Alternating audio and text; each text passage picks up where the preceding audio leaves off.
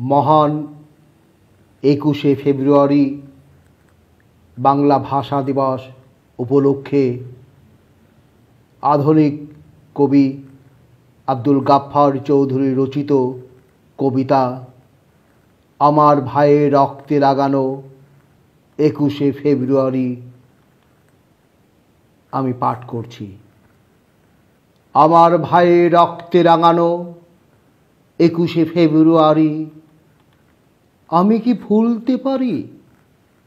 ছেলেহারা শত মায়ের অশ্রু গড়া এ ফেব্রুয়ারি আমি কি ভুলতে পারি? আমার সোনার দেশের রক্তে রাঙানো ফেব্রুয়ারি আমি কি ভুলতে পারি? জাগো নাগিনীরা, জাগো নাগিনীরা, জাগো কাল বৈশাখীরা, শিশু হত্যার বিক্ষোভ আজ কাপুক বসুন্ধরা।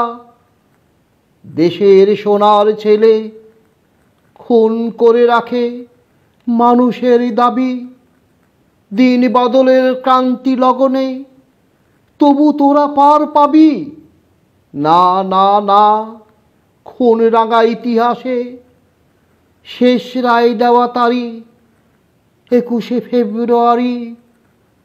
২১শে ফেব্রুয়ারি সেদিনও এমনি নীল গগনের বসনে শীতের শেষে রাত জাগা চাঁদ চুমো খেয়েছিল হেসে। পথে পথে ফোটে রজনীগন্ধা, অলোকানন্দ যেন এমন সময় ঝড় এলো এক, ঝড় এলো খেপা বুনো।